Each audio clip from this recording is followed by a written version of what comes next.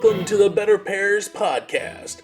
Join Dr. Jason Fujikawa for his insights on theology, philosophy, culture, and the verbal expressions we use to relate meaning and reality to one another.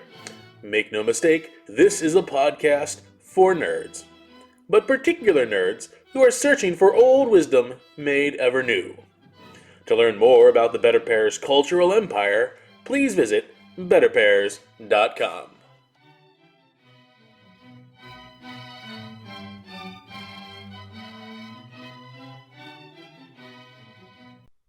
Episode 5, Cyrus of Persia. Cyrus of Persia was half Median, which is not to say that he was half average, but rather that half his lineage was traceable to the Medes, through his mother, the princess Mανδάνη.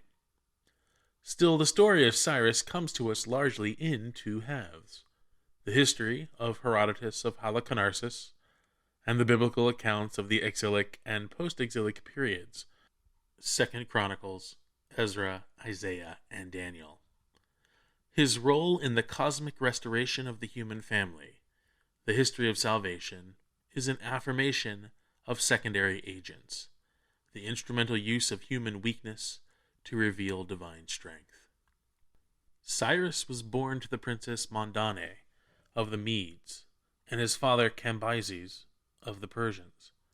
However, Cyrus's maternal grandfather, King Ἀστυάγης, troubled by the series of dreams that his daughter's child would rule over him, has the infant separated from his mother at birth, arranging for Cyrus to be killed.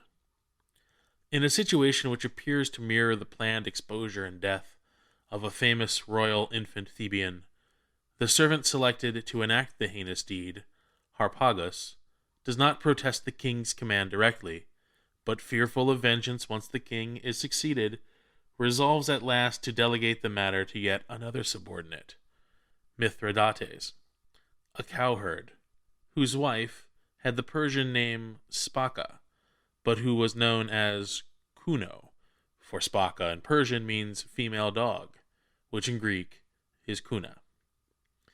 This last point seems to be a special fixation of Herodotus, as he later remarks in his account of Cyrus of a rumor which had developed that Cyrus was saved from his exposure as a child by a female dog, a proto-Romulus-Remus upbringing.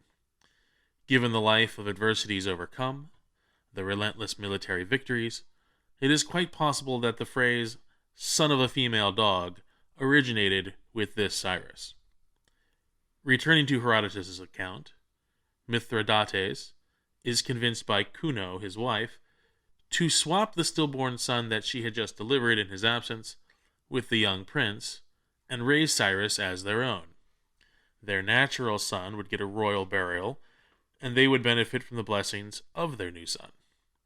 This all worked well for 10 years, until Cyrus played the game of kings with the other boys in his village, and was chosen to rule them all as the eponymous king. The son of a nobleman was among those playing, and he became insolent, as noble boys are often wont to do. Cyrus, the putative cowherd's son, has the noble boy swiftly beaten. This outrage reaches the attention of King Ἀστυάγης, who interrogates Cyrus and immediately recognizes the family countenance and royal manner of comportment. The deception of the servants is uncovered. King Ἀστυάγης is able to reconcile with his daughter, who was not a little put off by her father killing her child immediately after birth. The servant Ҳάρπαγος is repaid for his deception by being tricked into eating the flesh of his son, whom the king has murdered. This rather gruesome episode sets the stage for vengeful Ҳάρπαγος to counsel and assist in Cyrus's overthrow of his grandfather, and in so doing, fulfill the dream that so obsessed the wicked king in the first place.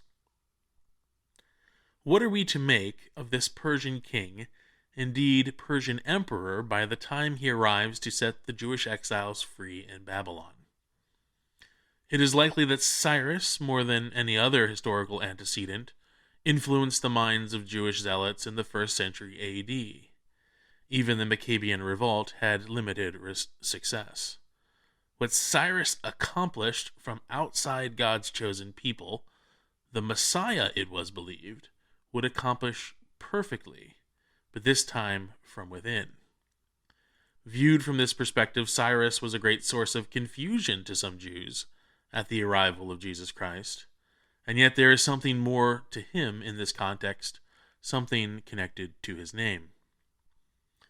Herodotus wrote in Ionic Greek, a dialect or form of the language which varies from the Attic Greek of Athens, largely in the length selection and graphical location of vowels.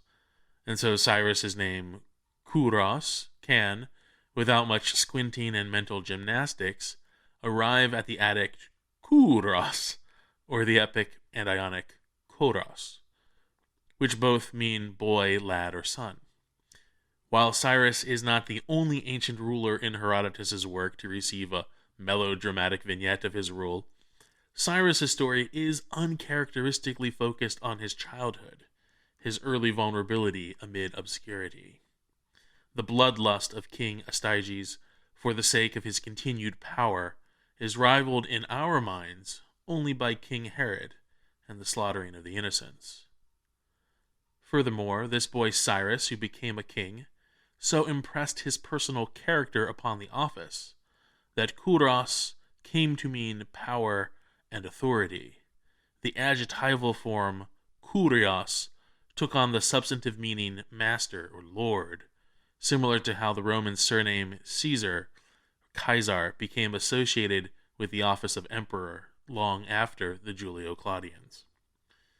The story of Cyrus, indeed the historical person of Cyrus, reminds us that powerful kings were once powerless boys. And more importantly, we are reminded of the grand exception to this rule upon rulers, that power arises from impotence.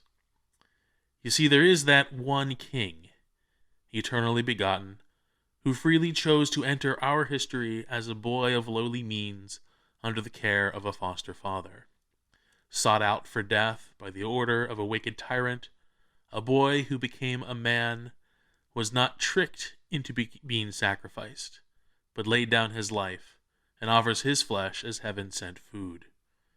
That King of Kings, that Kurios Kurion, set all the captives free.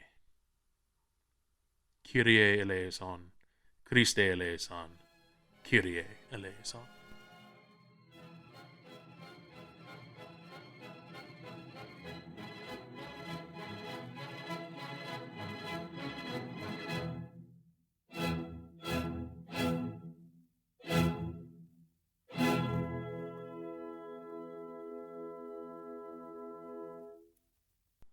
The views expressed by Better Pairs contributors are theirs alone and do not necessarily reflect the views of Better Pairs, its parent company, or any company or organizations affiliated with the contributors. For more information to support Better Pairs or to shop for Better Pairs merchandise, please visit betterpairs.com.